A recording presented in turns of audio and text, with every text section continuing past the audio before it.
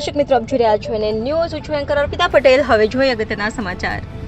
અમરેલી જિલ્લાના બગસરામાં સાતલડી નદી કિનારે આવેલા રત્નેશ્વર મહાદેવનું મંદિર આવેલું છે. આ મંદિર 200 વર્ષ પુરાણું મંદિર આવેલું છે.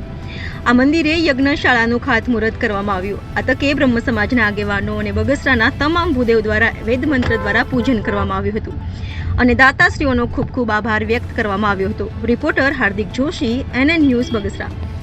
દર્શક મિત્રો, તમારી આસપાસ બની રહેલી અવનવી ઘટનાઓ વિશે જાણવા માટે NN ન્યૂઝને લાઇક કરો, શેર કરો, સબસ્ક્રાઇબ કરો અને બેલ આઇકન પ્રેસ કરો, જેથી આપને નોટિફિકેશન્સ મળતી રહે.